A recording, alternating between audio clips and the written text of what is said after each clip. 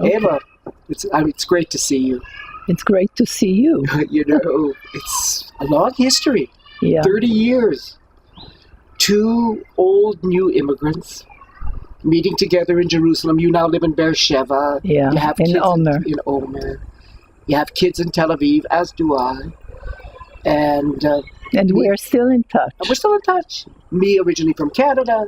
You originally from Poland. It's a long story. Yeah. But we've worked together a long time, and I want to tell you, for me, you've been a major part of my identity. Okay? Well, And I thank you. appreciate you. And listen, without further ado, talk a little bit about yourself, because we're talking about Okay. identity, and I think it's a very, very focal and important issue, not only in Israel, with our influx of immigrants from many countries, including Russia, Ethiopia, etc., but worldwide. God knows the refugee crisis today. So please, without further Okay. ado, go ahead. Okay. Thank you, Solly. welcome. Solly, hi. I'm Hi. glad to be here. I'm delighted that you're here. And I will talk a little bit about my experiences as a new immigrant in Israel, which was years ago. But what I want to say is that it's not by chance that you and I got so interested in the area of immigration and absorption, because we're both old new immigrants. Very old. Yeah. You came from Canada in 1964, and you were already in your 20s, I think. Yeah, I was 20. And you came to be a graduate student at the Hebrew University. And I came to Israel as a young adolescent at the age of 12. And I came from Poland. And what I would like to do is just tell you a little bit about some of the very early experiences that I remember, and were quite traumatic for me. I came to Israel knowing almost nothing about Judaism, because I came from a very assimilated family, and knowing no Hebrew whatsoever. So the first phrase I learned was, I don't know Hebrew, because I was very concerned that people may ask me directions or something, and I will not understand what they have to say. We came in June, and in September I went to the 7th grade. We came to a small town in Israel, which really didn't have many immigrants. So people were not so accustomed to dealing with those newcomers. I remember that when I came to school the first day, the teacher asked me what my name was, and I said that my name was Eva. And he looked at me and said, from now on, your name will be Chava, which is the Hebrew equivalent of Eva. And of course, I accepted that, and came home that day and said to my mother, from now on, you have to refer to me as Chava. And my mother was in shock, and of course it was very difficult for her to call me Chava. And she continued calling me by all kinds of nicknames in Polish, but when we were on the street, she was very careful, and with my friends, and she called me Chava. What was going on in Israel at that time was I think a denial of differentness, and the new immigrants were expected to learn Hebrew very quickly and to put their previous identities behind. For my mother, my name was very significant, because I was named by my mother. She chose that name because, as a Holocaust survivor, she was saved in Poland during the war by a Polish physician whose daughter's name was Eva. And my mother promised herself that if she would ever survive, and if she would ever have a daughter, she would call her Eva. In honor of that physician. So for her, it was, very difficult to accept this arbitrary change of my name.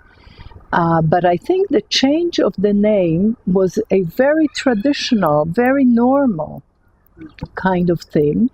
And it really emphasized the lack of understanding of what people who come with a culture and then with identity go through when they have to adjust to the new culture. Their identity overnight and abandon their old identity. Yeah.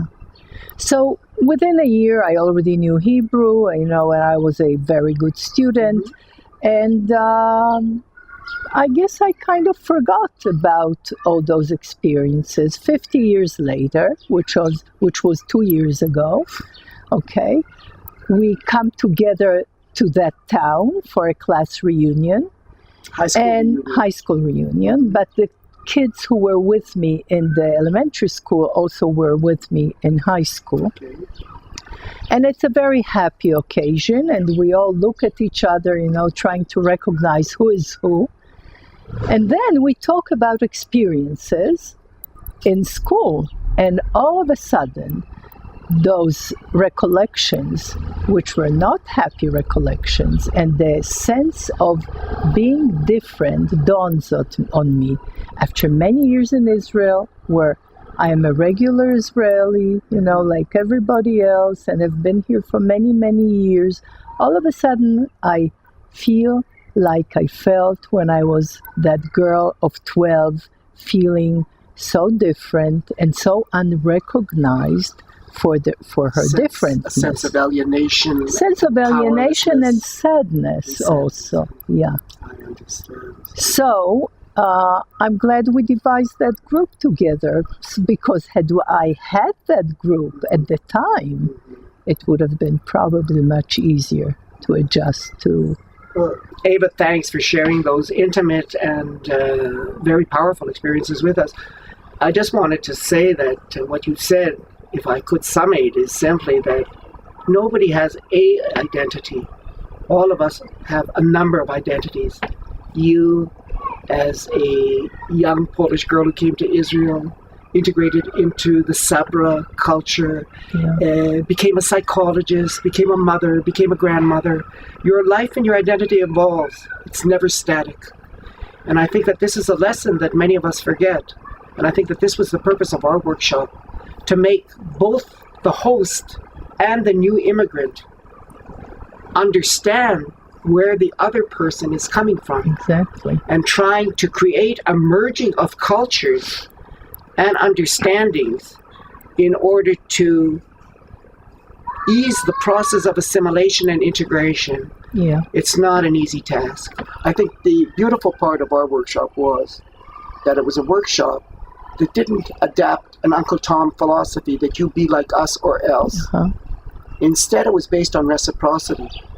And I think that the workshop that we did was very successful. In that workshop, at the beginning, as you remember, the Russians hated members of the other group. When we had Ethiopians in the group, they hated the Russians.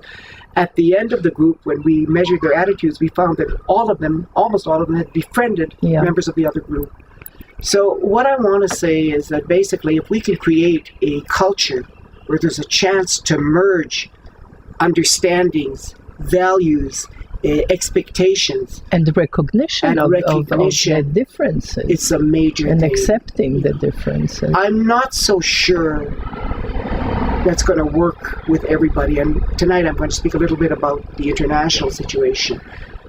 If people, new immigrants, generally desire to become part of the host culture, I think there's real opportunity for mutual understanding. Okay. But when you're faced with extreme religiosity or nationalism or whatever, and perhaps a group that's very difficult to change because of identity crisis, particularly young adolescents, the problem is a different one, and I'll try to touch on that tonight. But anyhow, Eva, it's wonderful seeing you. Thank you for inviting me. My pleasure, and as good they luck. say in French, good luck in Winnipeg. Thank you, and to be continued. Okay.